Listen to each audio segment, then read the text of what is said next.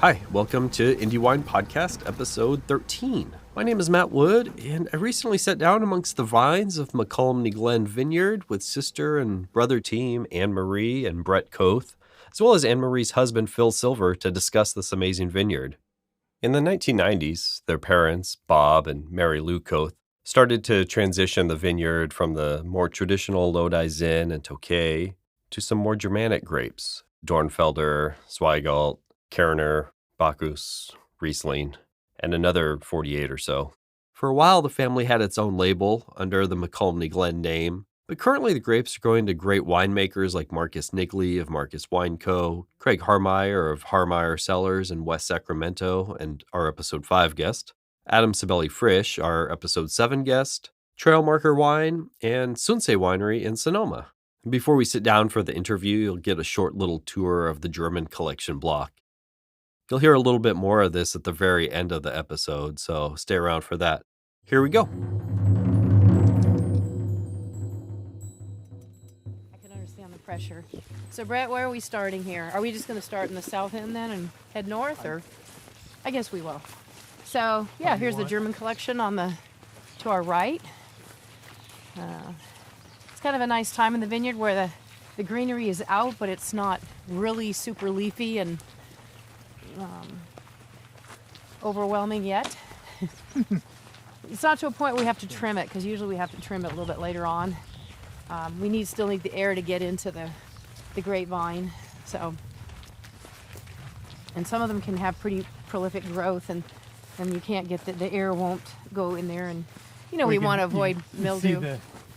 Like this type of leaf, and then like the next one, that one over there is, how you can see the differences, especially on the foliage. So this is so you see row 5 right there, and we have to redo these. They're a little old, but you'll notice that we actually have the label here. So this is Gewürztraminer, and we're going to redo these. There's a little bit old, but then if you walk 7-8 vines, Brett.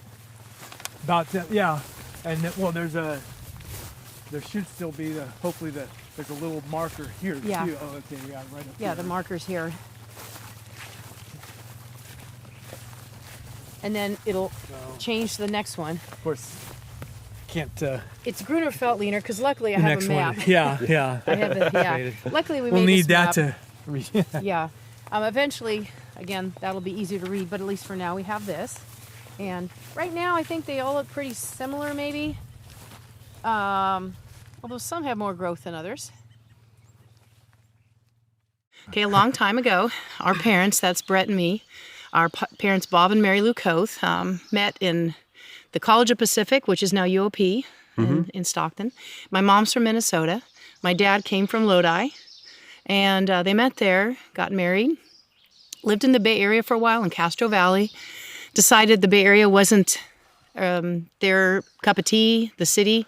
They wanted to come back to the small town. My mom's from a small town too. And they were looking around for property in Lodi. My dad wanted to come back to Lodi. My dad especially, I think, wanted to live on a river. And I think at the time, about early 60s, they found this property and purchased it. Lived in an old house. Turn-of-the-century house on the corner. Well, I was born. Then my dad started building this house here in Mokelumne Glen Vineyards, and we're sitting in the grove right now. Then Brett came along. We basically grew up in this house. There were already Tokay, Flame Tokay, Zinfandel. This lowland behind you here was Originally covered, pears. Yes, it was in pears, Bartlett pears. And I remember that as a little kid.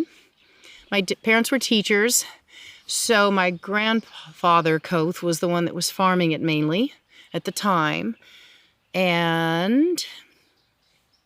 Well, our grandfather on our dad's side worked for Ray Van Buskirk.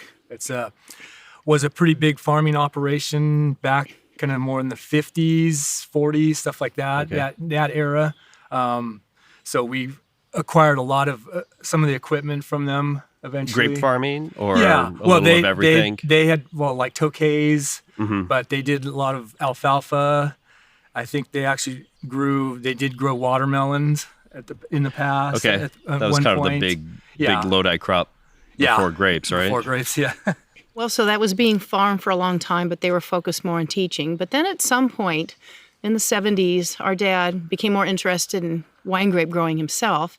And Brett, you can probably remember some of the varieties we had. I remember Grenache, Grignolino, Viognier. My dad was... It was Cabernet.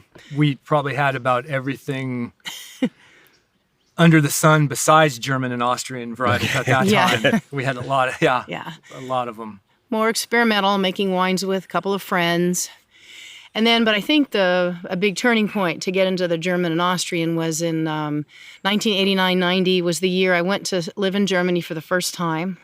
It was an exchange program between Sac State and Sacramento and the Johannes Gutenberg Universität in Mainz, Germany. So I went there, and I immediately noticed the wines were different. Really liked the Rieslings, a little different than, as my dad called it, the California Kool-Aid Rieslings that we would get here sometimes. So when he came over the first time when I was there, the first year, he came over, just him. So he visited, and I think I took him out to lunch the very next day, lunch or dinner, and at the Marktplatz in Mainz, and we had a Riesling, and I guess that changed everything. I didn't realize that one little glass was going to change our future, because he became very interested in German wines, how they are in Germany. And so I took him around to as many places as I could. 2 years later, I went back to Germany again. This time it was a Fulbright scholarship. I requested the same city because I knew people. And it was Rhineland area and lots of grape vineyards. So this time the whole family came, more tasting wine, a lot of wine tasting. And then I guess he just started, Brett, you can probably speak to this better than I can, but I guess he just started doing a lot of research. Our dad would be the type that once he got into something, he'd do a lot of research and started sourcing the material. He would research this mainly by computer and internet and research, and most of them were sourced out of FPS, Foundation Plant Services, out of UC Davis, but he got some from Geneva, from Cornell University in Geneva, New York. Okay.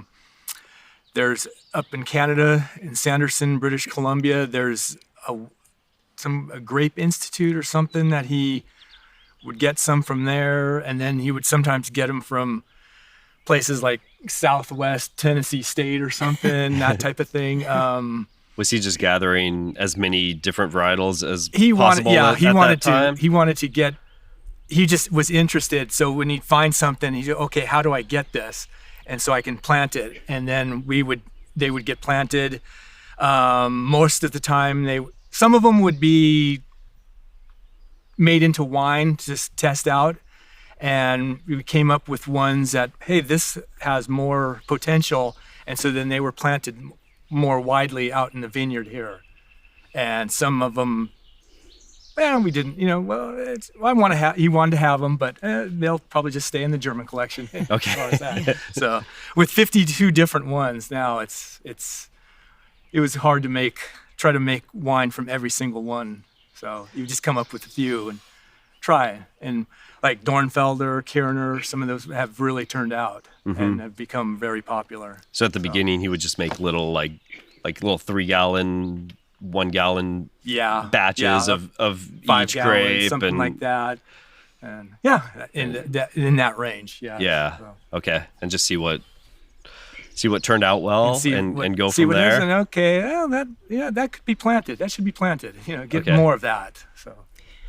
I do remember a book that I had brought back from Germany that a friend had given, and it was a compendium type of book of all the German varieties, but it was in German. So you had to translate. Yeah, for so him. several years he'd come to you and what's this say? Okay. What's this saying here in this period? Yeah. So there was a period of time where he would want to know about, okay, this grape looks interesting, so I'd translate. And I think by that time he was looking more for keywords. He wanted, being warmer in California, he was looking for ones that would hold their acid, because we had no idea of the German varieties. I understand that Riesling was planted to an extent in California, but other than that, we didn't really know. So a lot of it was just experimentation at the beginning, right? Yeah, and he was told in the case of Dornfelder, it's a light-bodied, light-colored wine over in Germany, and why do you want to plant that? And he said, and one of his mottos was, if you tell me I can't, it won't work, I'm going to try it. I'm going to do it anyway. Yeah. So you end up with darker than Petite Syrah, Dornfelder, and Lodi. Yeah. So that stains concrete, that. Right? Stains concrete. Stains stainless steel. Practically, yeah. So, yep.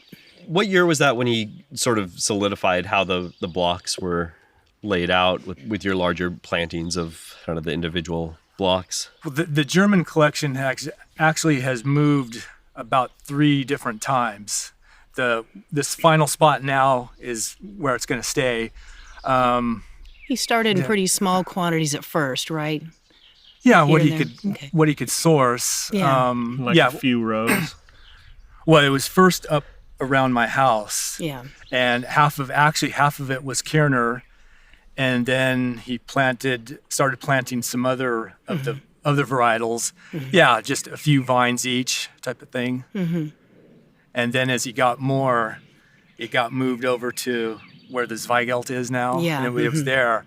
And then last place over here has been moved here. Yeah. And so now there's about 7 to 8 vines each. There's 3 varietals per row, red and white intermixed, 52 different varietals total. I believe it's probably something like 36 white and 16 red as far as the mix. Okay. Yeah.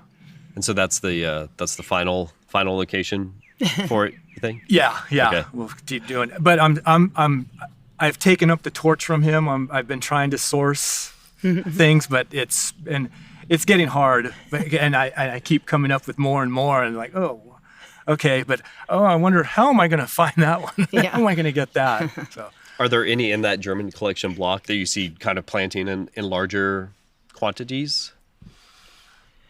Any that like you've been kind of impressed by on their own that you think you might expand it?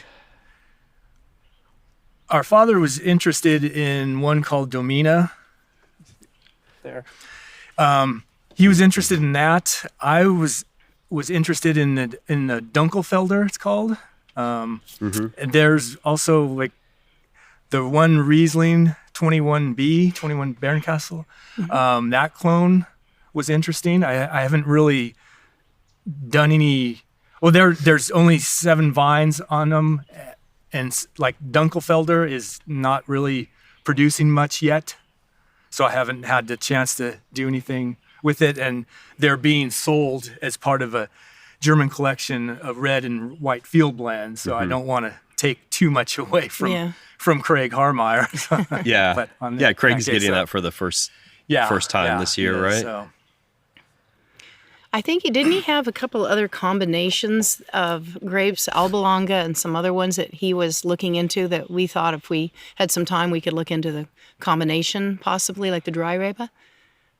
Albalonga? Yeah, maybe Huxelrebe. Well, Albalonga, when we walk Psalms or any people walk through when the grapes are actually ready and ripe and everything, they'll look at that and try them, and what's this one? Oh, this one. Everyone seems to be interested in it. It definitely has this unique, sort of a flavor to it. Yeah. In the grapes, the berries. That was one. Is that a red or a white? It's a white. White. Yeah. Yes. Yeah, it's a white. We have to ask you. Yeah. Was there anything that drew your father to the property, especially? I mean, you're in this. What, about a third of the acreage is kind of surrounded by the Mokelumne Yeah, by river? the woodland, yeah. I think didn't he say that he always wanted to live on a river? And this was a nice property. You had the lowlands, you have the woodland here, the river's right over there. Sometimes it's even closer. Sometimes the river's right here where we are. Then they built the house on the upland. I think it was, wouldn't you say, Brett? I think so. Yeah. I hadn't really heard much about the background of how they came to buying this, but I could see that, Yeah. Wasn't it also because of the shape of the property and the fact that we're at 2 elevations with a slope in between it? Because back when they bought this, that was flood irrigation. So you couldn't flood irrigate a hillside.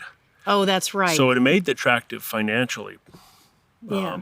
People didn't want the land to farm because of the, You couldn't do the furrow couldn't do it. irrigation. But our grandpa, working for Ray Van Buskirk, was one of the original first people that did the aluminum pipe irrigation in the area, right? The above ground aluminum pipe. Above ground aluminum pipe. So he said, "Oh, we can do that. We can Make it irrigate. work." We'll make it work, right?" So Yeah, hindsight now, this sloped property now in Lodi is so desirable because there's now 2 microclimates, yeah, and different grapes can be grown at different temperatures. yes. Do you notice a large difference from the top of the knoll here to down by the river? You mean in temperature? You can. Temperature and in is there any difference in the soils as far as you know? That's more loamy sand and sandy loam up on top. So Okay. And also, the Thule fog will definitely gather down here. It'll be clear up there.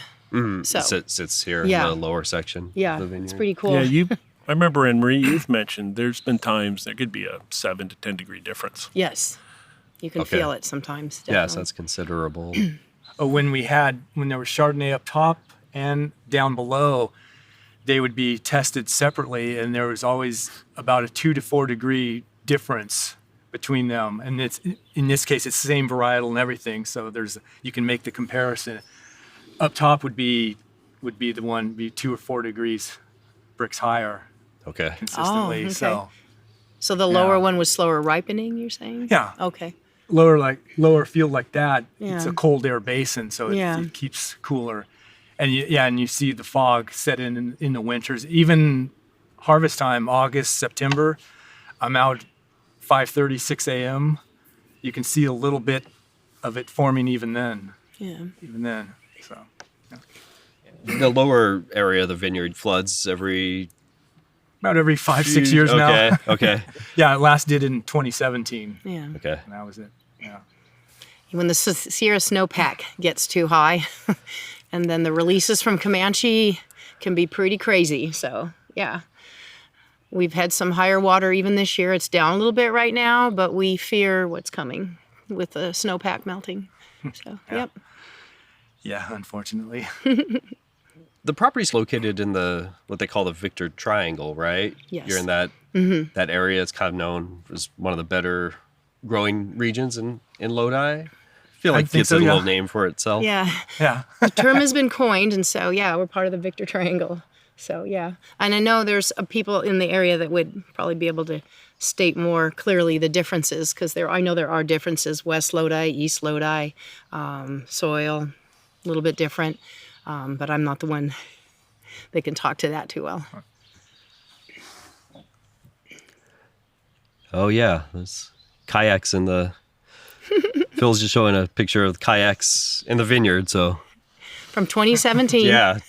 Pruning vines in 2017 from a kayak. So. Yes.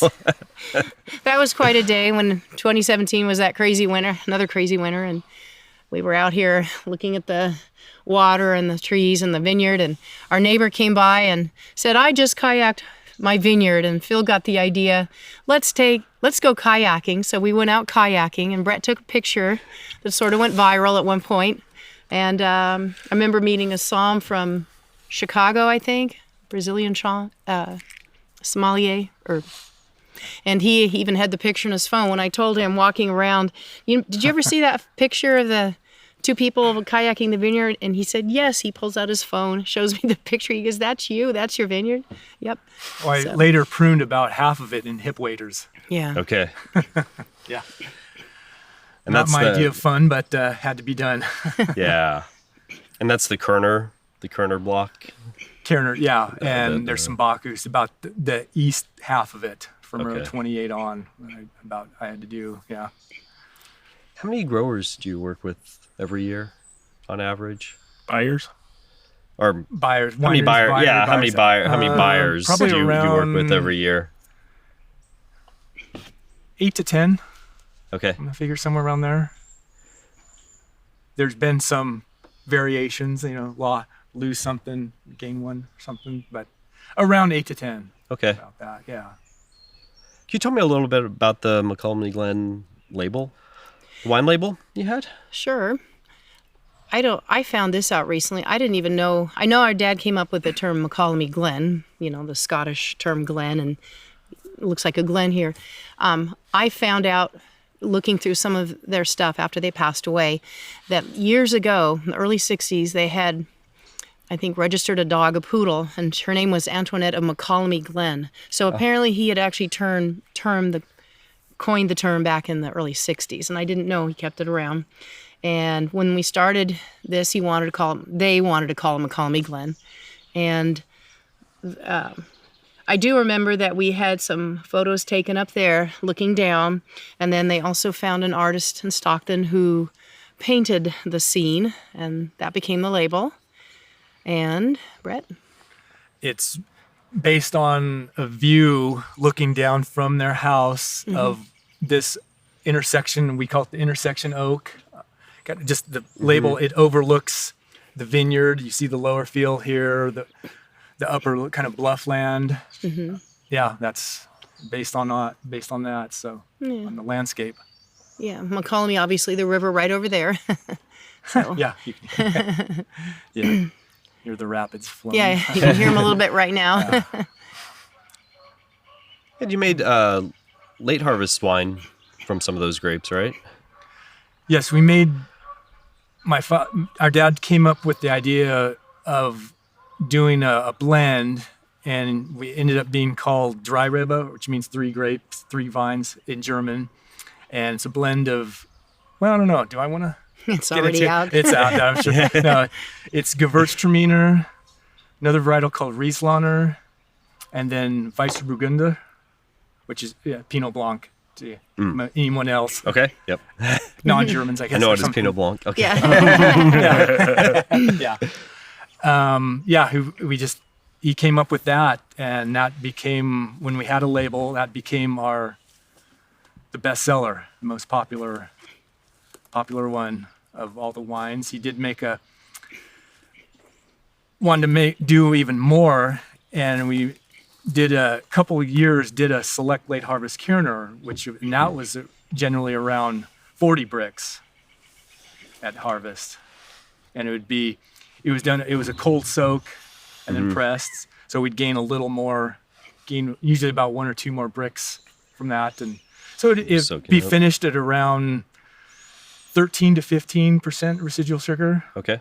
On the dry Rebe. The Kerner were usually 18, even somewhere around there. And pretty good acid still in those grapes? I'm going to say okay, yeah. Yeah. Every year's different, so. Yeah, that's true. Yeah. And the other thing is super low alcohol. Yes. Which was nice. Generally, yeah, around 11, 12 alcohol. Okay. I wanted to keep it more German style too, as far as that. So. What other wines were made under the label? Well, Dornfelder was one of our big ones. The Kerner, of course. Bacchus is one we've had. Zweigelt, another red. Austrian red. Austrian red. Blaufränkisch. Blaufränkisch. Austrian red. Those are the Made ones. some Gewürztraminer. Yeah. Some Riesling. And then, of course, the German collection, the whole blending, the blended one. It's Yeah, yeah. true. So. And do we share who's buying it now, or is that If you like, you can. you want to mention some of the wine buyers who are getting the grapes? Craig Harmeyer is getting the German collection, both red and white. Let's see, Sunsei Winery, the Russian River Valley gets Dornfelder. Locally, Marcus Niggli gets Kerner and a little bit of Bacchus. Adam Sibeli Frisch is getting Riesling. Clinker Brick, did you mention that? Is also not, no. getting some of our, what used to be our dry Rebe, those 3 grape varieties. And they're making one called Vorgänger, which means predecessor. And they're picking it at a different time. We used to pick it later. We used to pick it during my break because I'm a teacher. And so the school break was in October. So that's the time I was available to help. And that's when we picked the dry Rebe over the 2 weeks. We picked one grape one day, another grape, and another grape. And then the next week was pressing. Am I remembering that correctly? I think so. That was the dry Rebe, of course. And so, yeah. Aha. And well, just yesterday, you had your kind of annual growers barbecue. How long have you been doing that? First started, I came up with the idea about 2014. Did it for about 3-4 years. Took a break, couple years. Was able to do it again 2019, and then a break again, and then last year started up again, and then I've done it this year. Yeah. So trying to keep it on schedule, but Yeah. it sometimes doesn't work. Yeah. And What's the idea behind it? To get some feedback and get some of the wines tasted in a group setting, kind of compare and contrast and see what different folks are doing with the grapes? 8 to 10 different winemakers each year, and they come in at different times, and sometimes they don't know who else is here, who else is buying. And so I kind of wanted to get an event, something where you get all the winemakers together and they bring their wine and they pour it. Everyone tries it and they talk about their wine. Their winemaking techniques get discussed, and different aspects of how it works with working with these vines. Yeah, it seemed like there were some good questions asked between the winemakers, like how long did you do a cold soak on this, or was it inoculated What's the oak native? or something if you do- yeah, that type of thing. How long was it aged for? Exactly. Yeah. And some had asked previous winemakers how they did something too. I think I heard a couple of comments. I talked to somebody about how they did something, right? I remember that. Yeah. So, Ask. So. yeah. Yeah, the property definitely attracts some people that are wanting to do a little more adventurous winemaking techniques. Quite a bit of the winemakers here are using native yeast, are doing native yeast. Yeah. But they're also trying all sorts of different styles and ways to make the wines, and we enjoy that aspect. It's not just cookie cutter, mass produced wines. These are truly hand built wines.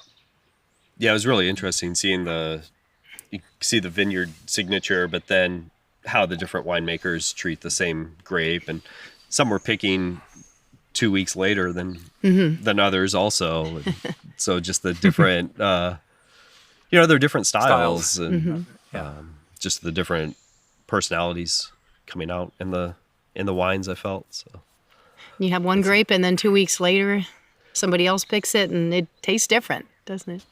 Yeah. yeah, and some of the reds you had more whole cluster or less, and just different or more carbonic, Yes. different techniques. So that all plays into it also. So it was fun to see the different styles and Yes. the kind of the winemakers' personalities. Oh, yes. Let Come them out. experiment. Yes. Play Yeah, around with them. Yeah, it's See what they want. definitely and I'm going to steal a term from a writer that was just here recently. This is a very geeky vineyard.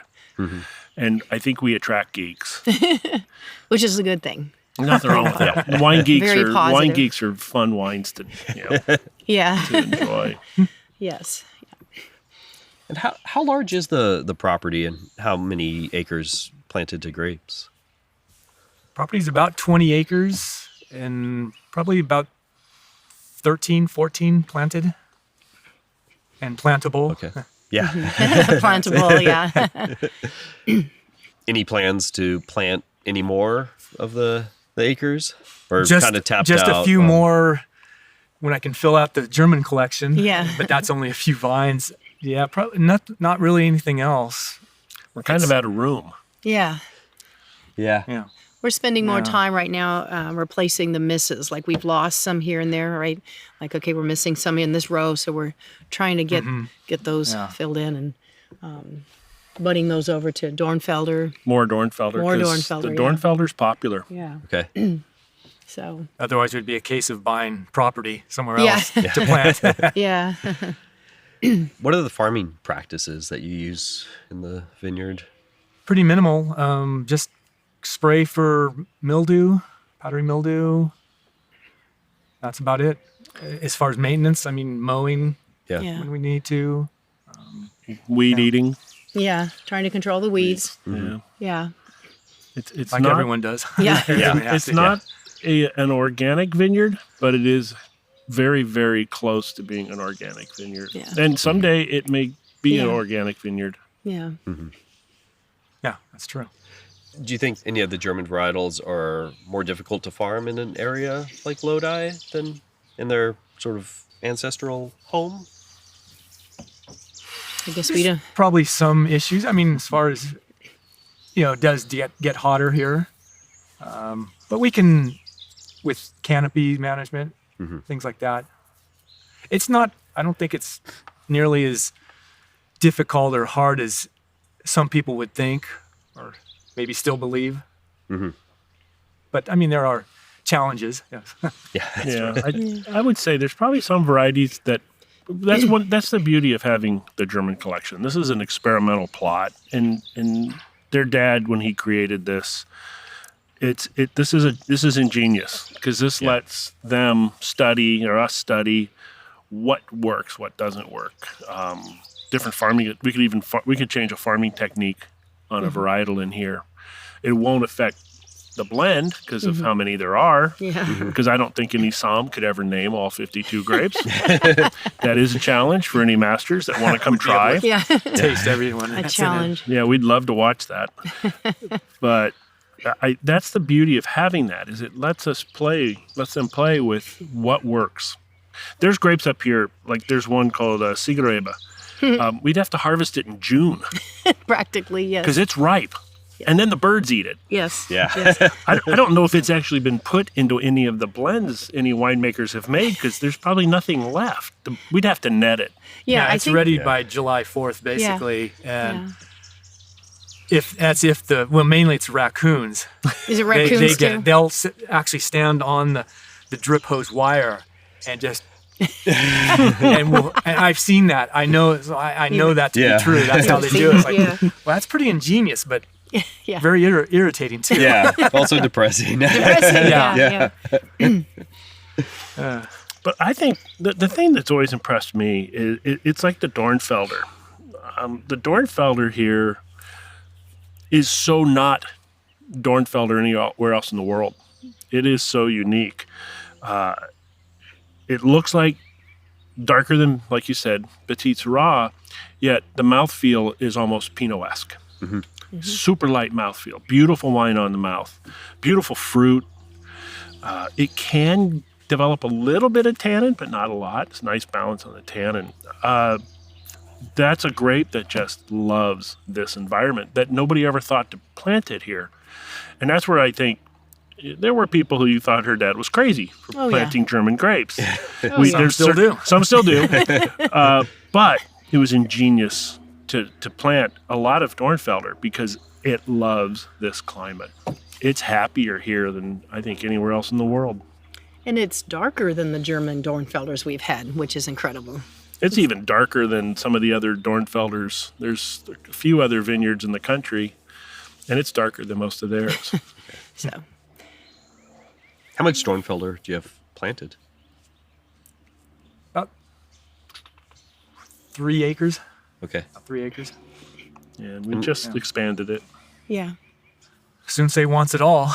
Yeah. Yeah. They want all we can grow, and who knows, down in the future we may have to figure something out if we ever decide to bring back a label and bring back the Mokelumne Glen brand, and well, we may be negotiating. We might Because make that would be one that we'd want to a produce ourselves. we might be experimenting a little bit ourselves with that. We might. Yeah, we might be a little home winemaking going on. So, Yeah. ourselves, We which is just fun. budded another varietal over to Dornfelder to expand the production. Yeah. Okay. So we'll have a bit more, Yeah. even some more, because we need it. Yeah. Well, and even if we don't do something, we have enough interest. There are enough other wineries that would pick up that fruit in a heartbeat. Yeah, you must have a little bit of a waiting list, I imagine, for some of these varietals. Especially much. for Kerner, actually. Yeah, for Okay. Canada, yeah. Especially that. Yeah. And sometimes things happen very quickly. And we've had a few unfortunate situations where somebody pulled out pretty last minute. And then, like, we even heard a great story yesterday of you calling Randy Caparoso and, okay, who do you have? And Craig Harmeyer was right there. Hey, Craig, you want want the German collection or something like? Was that it, or was it the Blaufränkisch? That was a Blaufränkisch. Okay, wrong grape, but same idea that, right? Basically offered it to him, and then took it like that. Because this was like in July. Yeah. Like that somebody backed out in July, which is it's getting pretty close, huh? That's actually really mean. Late, yeah. People shouldn't do that. Yeah. But luckily, we talked about it. Brett got a hold of Randy. Randy got a hold of Craig. Craig jumped on it. Actually, the same situation occurred with the German collection, but the first person I went to was Craig, actually, and he 22 minutes is when he responded. 22 minutes by email. We did that too. Yeah, happened there. That was pretty quick. So there's a waiting list. Yes, but they're desired fruit. We even had a buyer's luncheon several years ago where two different buyers of the Kerner were here, and one happened to mention perhaps giving up a row, and the other person heard it, said, I'm going to call my boss, and they were literally on the phone. Say, yes, we'll take the row. They're giving up a row. Grabbing we'll more rows. Grabbing another row. Great. Sadly, that label was a victim of the pandemic. Okay. And that label went away. And it was really disappointing because that wine was beautiful. That wine was sold heavily in New York City. Yeah, that was David Ramey, in fact, his brand. Sidebar sellers. Yeah. Sidebar I didn't label. realize that Yeah. he was no longer. Yeah, they were the ones that were getting, and then they're no longer, So at least the sidebar. Yeah. Are you able to give me a couple, tasting notes on some of these varietals that people might not have had, separately, like Dornfelder, Kerner, kind of what people can expect from those wines in a general sense? I know they're all going to be a little different, but just some Kerner, some of the traits of For me, I get there's some minerality, but there's also nice like apricot fruit type of thing for me. But What good else? acid, nice acid. Yeah, Beautiful acid. it's that. Not sweet. Pretty dry. Yeah. Crisp. And then in some of the later harvest, don't you get cinnamon? Yeah. Yeah, well, Yeah. Oh, we have something on our table right now. There we go. I don't think we get the cinnamon in the regular harvest, but this late harvest here, I guess we'll all try it. Yeah, Matt just tried this, Yeah. and Matt's over here like he's busy right now. So I'll talk and fill back some, later. Yeah, why some don't you space a talk? little bit so we don't have dead air while Matt learns about late harvest home winemaking currently from Mokelumne Glen Vineyards. Wow. That's the 2022, Brett? 2022, picked, I believe, November 20th. So actually the latest of the three of these late harvest Kerners I've done actually ended up being the lowest bricks of all. This one was right about 41 bricks. That's pretty high for the lowest. Yeah. Yeah. When you consider 47 was the highest one. Yeah. But the beauty of these wines, and part of this is Lodi's soil, Randy has talked with this, Caparoso, is the acid. I mean, this is a sweet wine, but this has got beautiful acid. This is really balanced. It's. By the way, it goes really well with creme brulee. Yes. Just saying. And then somebody want to speak to Dornfelder? Another popular one? Well, again, it's another one of those wines that has amazing acid and strong fruit. I love the mouthfeel of the Dornfelder. I think it's a beautiful feeling on the palate. Fruit-wise, do you? Nice dark fruit. For me, plum, some kind of plum, and I always hope to get it, and I usually do, like some blackberry in it. Yeah. Yeah, nice, just nice darker fruits. I think what everyone gets. So wonderful fruit, but it's not a jam bomb. That's what we don't want. So No, it's wonderful. A lot fruit. of people look at it first when they see the color and think, oh, this is going to be some huge alcohol bomb, Yeah. and oak and all that. And was like, whoa, no, it's not. It's not at all. Yeah. It's a very nice wine. Yeah, it it has the one thing with almost all the varietals here is pretty, and the way they're made with the winemakers, very controlled alcohol. We don't have any alcohol bombs coming from the property. 14% would be high. Yeah. Most are 13 and under. Generally, the people that are buying go for a lower alcohol type of wine. Often a lot And of retaining more acidity that way. retaining acidity, that type of thing. crisp, Yeah, freshness. and some very interesting blends. Yeah. Some great wine, we think. I know we're a little biased, And but then the great. Zweigelt is one that, because I personally love Zweigelt. And the fruit here, what it produces, is beautiful. We've had some older bottles that their dad made, found some of those they were still fine. yeah. But even the current way this Weigelt's made, it comes out beautiful. It's great fruit, great acid. It could be harvested a little bit later, get a little more fruit. And then, Craig Harmeyer's Blaufränkisch. That was the first time we tasted it yesterday, Yeah. and I'm blown away how good that wine is. Yeah. Yeah, that was a great Phenomenally well version made. of it, I thought. He was telling us how great it was. So I'm looking forward to trying it. Yeah. So Yeah. you're going to be here, right? Yeah, I'll make it. Yeah. I'll bring it. Yeah. So I had tasted it when I recorded with them 3 months ago or so, and it was even better yesterday. Oh, no kidding. Yeah. Oh, I it's- tasted it out of tank when it was just aging, but yeah, it was great yesterday, and it was great before too. But it really kind of like found it. It seemed to really find its spot yesterday. And, No, when did he bottle it? He said he didn't bottle it too long ago. I mean, it was still in tank when I was there in February or so. And that's a 22 Yeah, red wine Incredible. that does not taste like it's fresh. Yeah. It's and the fruit on it. I just couldn't get over how great the fruit was. And then his label, Blau Blau, which is blue in German. And I found out he speaks some German, so that worked out well. That was cute. Yeah. Since I might speak a little bit of German too. yeah. Do you make your way back to Germany on a regular basis? Well, I am again. Okay. When I teach German at Lodi High, taught it for many years, and I took over the GAP exchange program. That's our exchange program with the school in Germany, and it went on it was started before me, and then I continued it for about 10 years, and then for a while German went away, so I didn't do the program, and then it's brought back a few years ago, right before the pandemic, and somehow miraculously it's still going. So we started up the GAP program again with our same partner school, the same one from before. Okay. So I will be going back in June, taking some students and other teachers going along.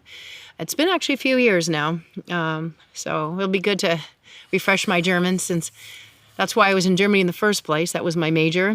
Mm-hmm. And my dad was visiting me, and when I first went, they just said, here's the city you're going to.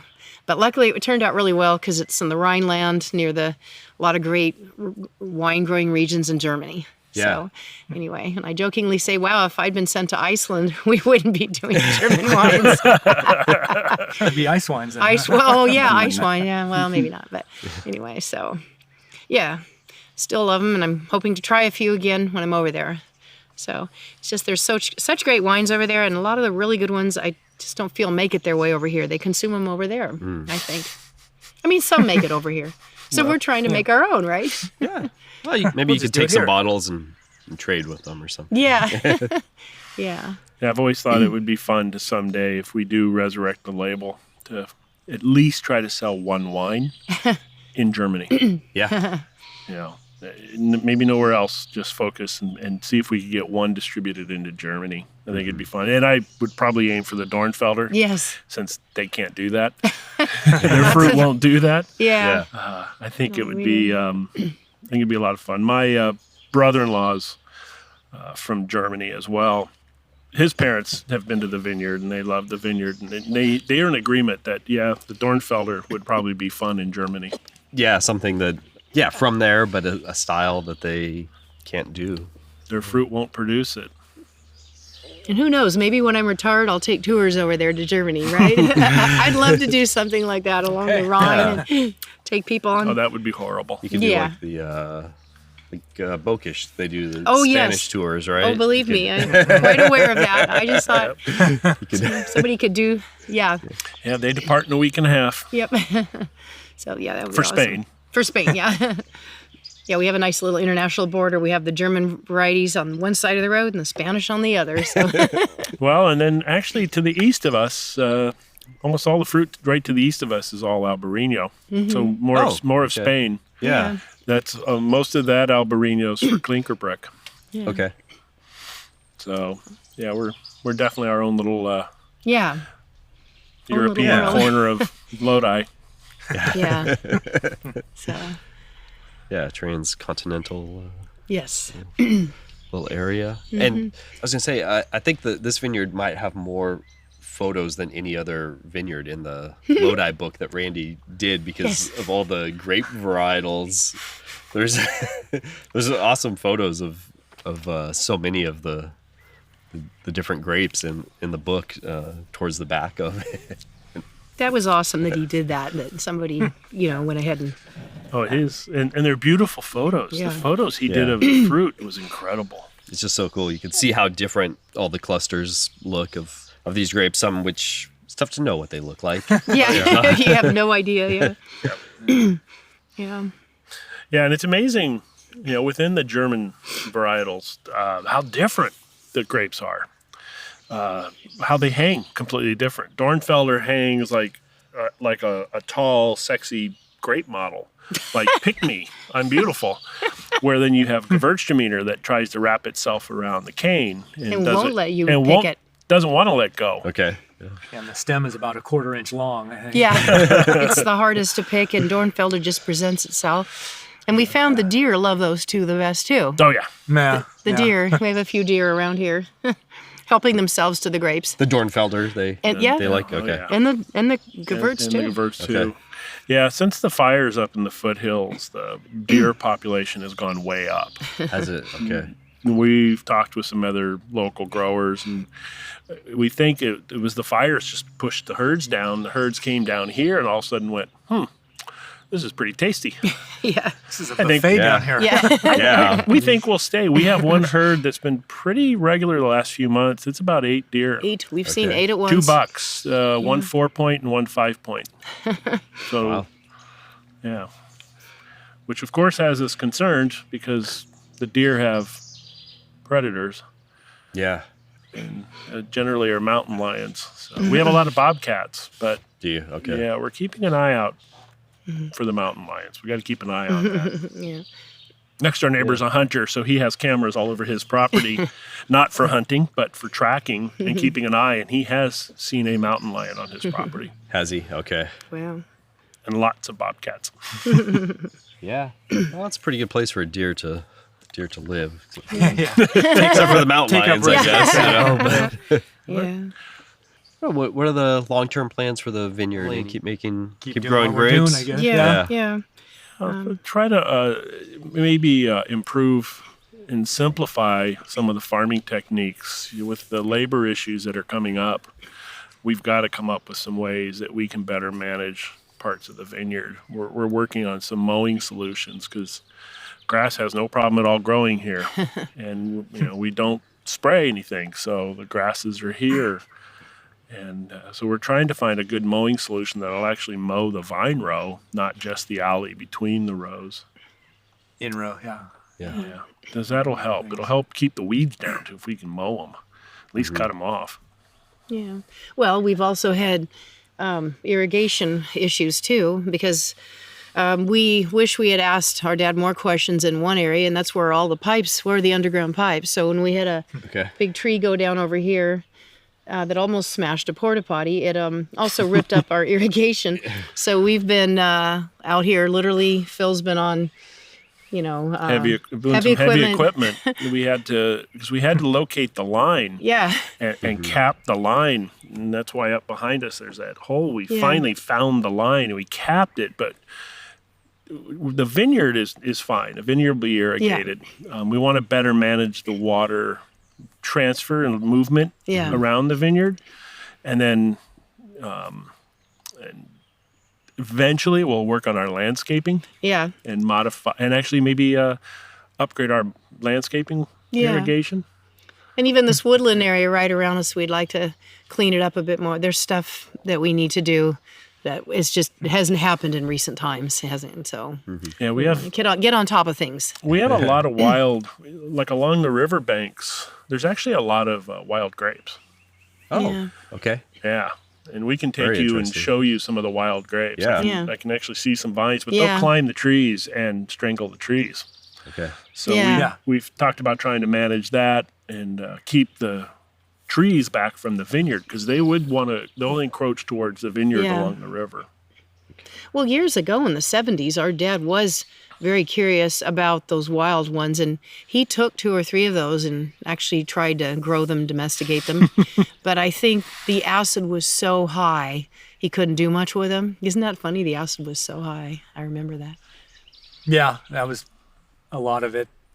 There just wasn't as much character to them. Also, Yeah. I think from what I remember, but they would grow like wild vines. So Yeah. Yeah. old habits don't die.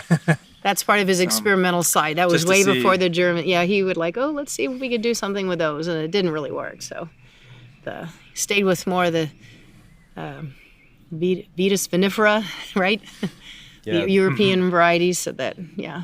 There is a winery in Sonoma, North American Press, that Oh. he's doing things with wild Oh, no kidding. wild grapes, and then like non-vitis vinifera Mm-hmm. now. But I think he started with wild grapes. From, Yeah. like same thing, but up in Sonoma, basically. Wild grapes growing along the Interesting. Yeah. Along the Russian River type thing. yeah, Mm-hmm. foraged from the Russian River. But I think they did domesticate some of them Yeah. also, planting, putting some in the ground and trying to grow them.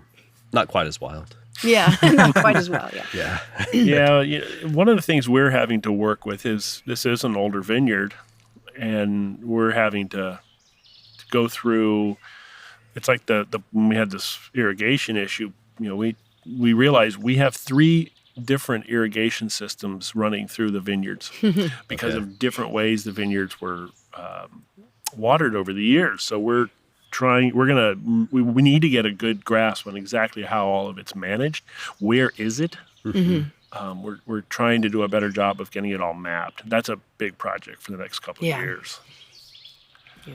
Plenty of projects in the future, and keep this going. And I know it's nice to have this right now that we have this, but I think overall it'd be nice if some of these varieties would spread, because we're showing they can be grown in California. So maybe some other people, would be interested at some point down the road.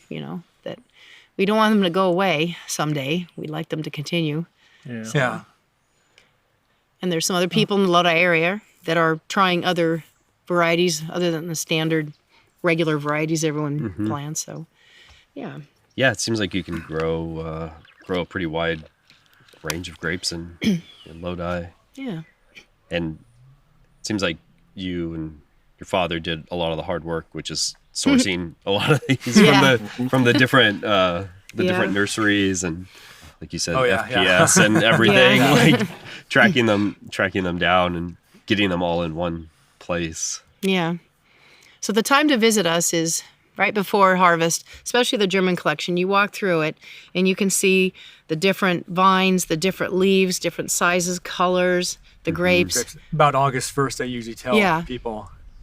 It's usually not too long after that it gets harvested. Yeah. Yeah. So So there's but that. if you want to look in right then, you There's can that see window. everything. Come by it's and- all together. And come and see them. Yeah. Yeah. Are any of those grapes particularly late ripening? Doesn't Bacchus kind of come late, Brett? Bacchus is late. Is Mm-hmm. a late one. Let's see. Dornfelder's kind of on the late side too. Okay. Yeah, it can be. Yeah. They get in the German collection. They of course get all picked at the same time, Yeah. Yeah. early and all that. But Yeah. overall, because we have commercial production, Bacchus, yeah, that's a late one. Okay. In cooler years, maybe doesn't get above 20 bricks. Oh, Okay. wow. Yeah. Yeah. Yeah, the interesting thing with the German collection is where the bricks are. So, you could be harvesting the second week of August, and you could have grapes that are at 12 bricks and grapes that are at 30 plus bricks. Mm-hmm. And it runs the gamut through there. And some of those, I mean, like you said, I know the Bacchus is really late and the Dornfelder runs later, but I think there's even a couple others that would barely even ripen, which makes that field blend pretty awesome Yeah. because it's got a little bit of everything, Yeah. acid-wise and up through the sweetness. Yeah. So you end up with something nice and balanced every year, I imagine. It has As long as you been. get the Well, as Pick Matt date, Rourke, right? I think, Yeah. said in the past that there's not one voice singing; it's the whole choir. Yeah. Nothing shows out more than anything else. It's Yeah, it seems like with the way you have it planted, where it's more or less the same. They'll all yield differently, of course, but like you said, like 7 vines of each. I imagine there's nothing to really jump out and be at the forefront. And I'm usually at school teaching, so I don't see it. But when it's picked, I guess the bins must just be completely colorful, right? Oh, they're beautiful. They're Oh, yeah, beautiful. yeah. Yeah, Yeah. rainbow. It's So almost rainbow. everything from what would, in some cases, almost look like a second growth, all the way up through something that might look like a raisin, Yeah. Yeah. It's, all in one bin. It's pretty cool. because a good number of these are white, but they're pink skinned, so they look like Gewürztraminer even, and then you Yeah. have the reds and and whites that are look a little different and everything. So it's a rainbow in there. Yeah. I think Craig said he's going to call it Gemischte Satz again, like Matt Rourke of Forlorn Hope Wines used to call it, which is an Yeah, Austrian term, mixed. Well, a Satz is a sentence, but it's like a mixed blend, Mixed basically. sets and or some Set, type of yeah. thing. Yeah. Oh, yeah, we have a few here. Yeah, we don't know for certain, but we do know it's one of the largest collections in the Americas. Some people think it might be the largest, but we don't know officially. Yeah. I do know we have more German and Austrian grapes in total than UC Davis does, because we asked that a couple months ago on Oh, a wow. tour. Oh, we did. Yes, I did. Yes, we did. Yeah. We did, and so that was pretty interesting to learn. So we probably have some grapes they don't have. Yeah. That is I mean, Yeah. are there any more that you know of that you've been trying to get? Oh, there's something like, I think I came across about 10 I looked up. I don't have that list with me now. I've forgotten. Yeah. I've been trying to work with someone through Sunridge Nursery, I think. I gave him the list, and that was a few months ago, but I haven't heard from him. So Yeah. Yeah, we have room for at least another 9 to 12, if we add row 0 too. with that, it's 7 or 9 or something about that. So Doing 3 different varietals per row type Yeah, of thing. Like okay. we're doing. the goal will be to max out Yeah. the room we have for this. Sure. Yeah, Yeah. absolutely. Yeah, and it If builds for no us up too. And if for no other reason, it's because we can We can. Yeah. if we can find It's it. too cool. Yeah. Yeah. It's geeky, it's that wine geek thing. Yeah.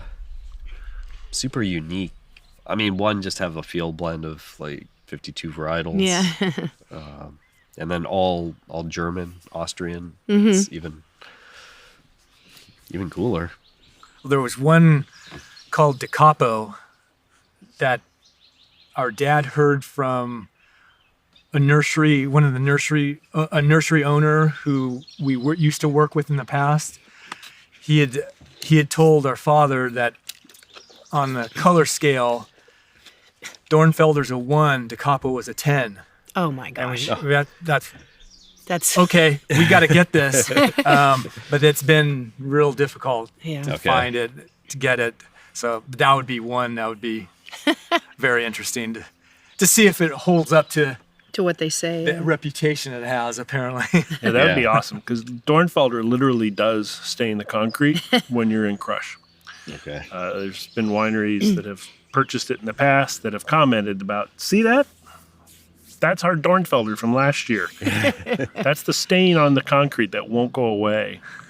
We always warn people wearing anything light colored or even something dark. It will stain your clothing. Yeah. It stains your teeth. It even stains the glass. That I've always enjoyed sharing with people. When you swirl it and you look at the glass, fingers don't matter on glass. What matters is that big stain mark. Yeah. They ask, will my spoon stand up in this glass? Yeah. No, that's what's amazing. It might.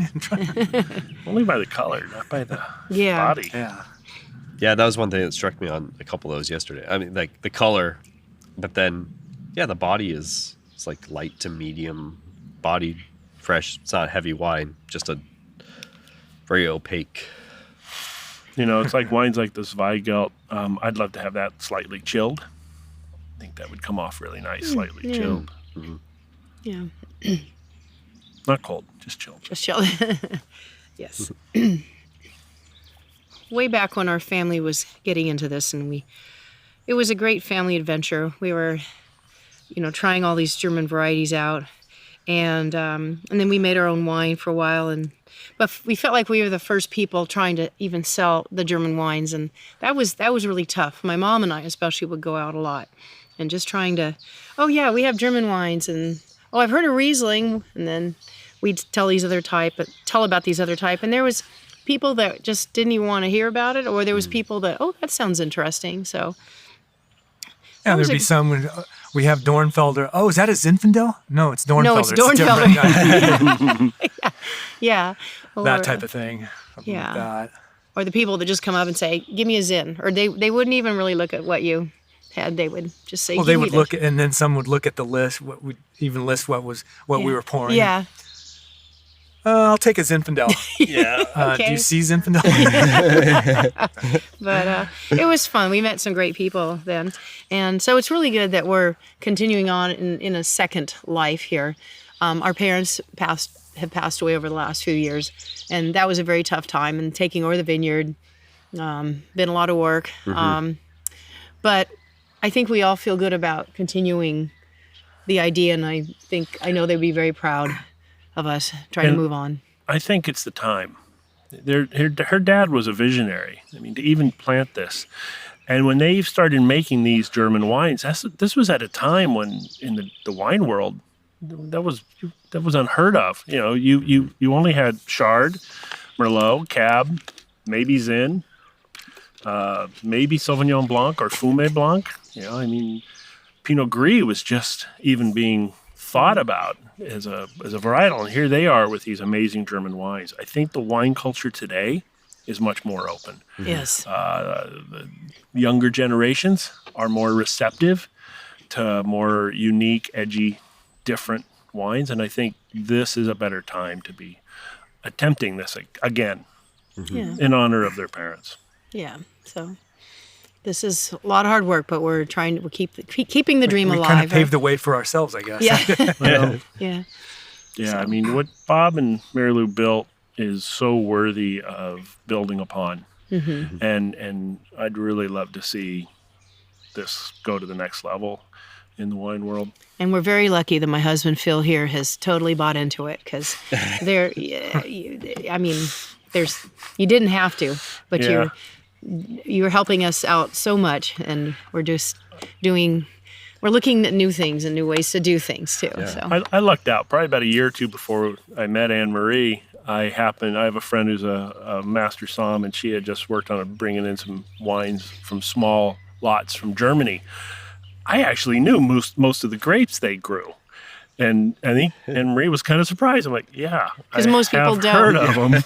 yeah, we grow this, and this, and you were like, I've actually heard him. Like, wow, cool. Yeah. So anyway, that really helps too. We're all on the same page here, working together. Well, and these grapes can make stellar wines. They can make, we do have one producer or one buyer who does have their wine in the French Laundry. It's doable. We can we could help grow this culture and help it grow and introduce it to more and more people. Yeah. Thank you, Matt, for this Yeah, opportunity. thank you. Oh, thank you. Thank you. Any of you want to name all 50 grapes? 52, you mean? 50. Any of you want to name any 52 grapes? Do you really want me to? Yeah. Okay. I want to hear it. Okay. Okay. Spätburgunder, Siegerrebe, Rieslaner, Schonberger, Arnsberger, Blauer Portugieser, Traminer, Silvaner, Roter Veltliner, Bacchus, Rotberger, Müller-Thurgau, Kerner, Gruner Veltliner, Gewürztraminer, Blaufränkisch, Faber, Trollinger, Oraniensteiner, Würzer, St. Laurent, Ruländer, Dornfelder, Perla, Gutedel, Noblesse, Forta, Frühburgunder, Optima, Zweigelt, Regent, Ehrenfelser, Scheurebe, Sirius, Huxelrebe, Albelange, Schwarzriesling, Morio Muscat, Kanzler, Riesling 90, Riesling 110, Riesling 90, Riesling 110, Riesling 198, Weisserburgunder, Riesling 239, Riesling 49, Rotgipfler, Affenthaler, Reuschling, Riesling Martini 510, clone. These are the clones. Riesling 356, clone. Riesling 21B, another clone. Principal, Phoenix, Ortega, Rondo, Gelber Muscateller, Dunkelfelder, Domina, and Cabernet d'Orsa. Yes. Sehr gut. Sehr gut. Now you know why we had the German lady. The German teacher. I Speak. I couldn't have pronounced any of those. Yeah. Well, I can pronounce Dornfelder. You Dornfelder, yeah. So, yeah. And so there you go. That's awesome. Out of curiosity, Matt, do you know what Spätburgunder is?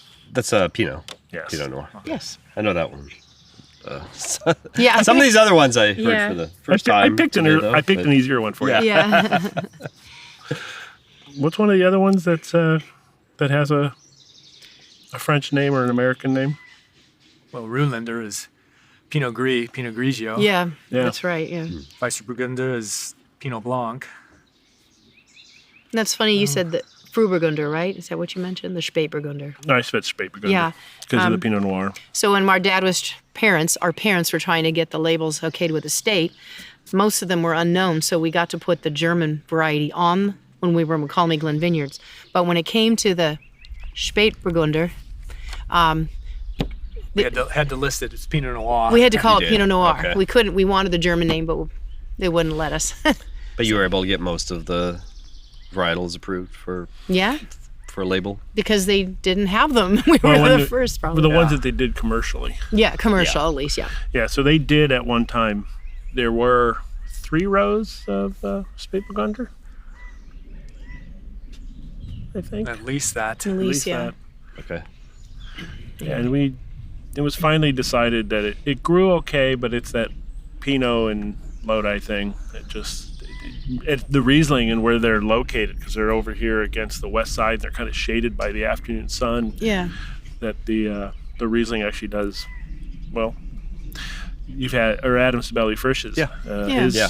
his Riesling. No, that's And great. that clone 90 that he gets, that actually happens to be a kind of a slower Riesling, a slower varietal ripening too. Okay. So a little bit on the slower side. Okay. Is the Riesling block all planted to that 90? Or? Clone 90, yes. Okay. Yes. So if we had lots more property, we could do a whole bunch of clones of Riesling.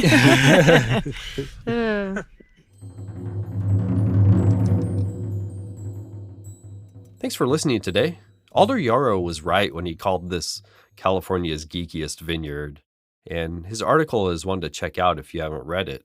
You can also find a lot more info and photos in Randy Caparosso's book, Lodi, including photos of many of the German collection's grapes.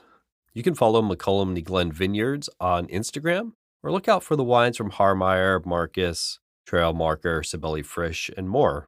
It's great to see a family working together to not just maintain a vineyard, but keep the founder's legacy alive by continuing to improve it. You can subscribe and rate the podcast on wherever you're listening today, and follow the podcast at Indie Wine Podcast on Instagram, or email indiewinepodcast@gmail.com with questions or feedback. Really appreciate you telling your wine friends about the podcast if you're enjoying it also. We'll be back soon with a new episode for you to check out. Have a good one. But again, what'd you say, Brett? August 1st is a great time to come by. And I then usually say that. That's because that's when everything, they're colored up. And so you can see the difference between reds and whites. Mm-hmm. Yeah. And usually not too long after that, it gets harvested. So I just use that as the benchmark. So this now would be Kerner, even though you can't really read it too well. Okay. But this would be Kerner from here down. But yeah, later on you can see the leaves looking different. I remember there's one over there. It almost has almost a bluish, more of a bluish leaf over there. I don't remember which one it was. Maybe it's the Sirius. I'm not sure, but I noticed it. Yeah, I think that may be. I think it is the Sirius. It's got almost a little more blue. Okay. So I don't know if you can see right now, but we can try. And Brent, do you remember where some of these names came from? Some of them are very German, like Gelber Muscateller, but Sirius sounds more like a satellite. Or Siri. I don't know. Yeah. Because I can think of a couple that I've found that I, like to source, but I don't know how. One's called Solaris, Okay. and another one's called Monarch. So I don't know. Cool. So I don't know how they got that, but Well, maybe not blue, but doesn't this grape look different? Look at the leaves. Oh, yeah. well, the leaves, especially the newer ones, get this just really cottony white color on them. And you know what? I was wrong. That's actually the Schwarz Riesling, what they call black Riesling. 13. Okay. 13. that It is- has, okay. but Yeah. see how you can now tell it's definitely a different leaf. So Yeah, you can totally see where it ends yeah. down there also. And then look at the next one. The green is even a different little green. So, and that's just the leaves. Yeah. Of course, when the grapes come out, then it's really cool with all the different. And of course, yeah, like you mentioned earlier, they're in Randy Caparosso's book, Lodi, and he took a lot of pictures out here from the collection. So, yeah, and these are actually budded over, right, Brett? These were Zinfandel a long time ago, I think. Yeah. Yeah, This is you can down here. tell the lower. Yeah. Yeah, you see at the bottom, it's actually Zinfandel coming Yeah. out. So we have to, of course, sucker them and part of the farm work part of it. Cleaned up. So was most of the Tokay and Zin budded over, or were those They pulled were out? removed. They were Taken removed. out. Okay. Yeah. We do have, if you see right over here, there's that little one. Those are true old vine Zin from the original Zins that were on the property. And Okay. They're pretty old, and we're These actually ones over here just- also, like by the ones at the front. Like Those are 4 Tokay, and then some other ones that we do not know what they are anymore. Oh, They're okay. not German collection. They're just ones that No, our there are parents. probably a lot of table grapes and Yeah. stuff like that. Yeah. And Yeah, stuff that they at one point wanted. Hey, let's have a table grape or a, yeah. Yeah. So we're gonna try to get that up to speed too. Needs a little work. So yeah, I think one of those is a Cayuga even. yeah, it's very tasty, almost muscatty, I guess.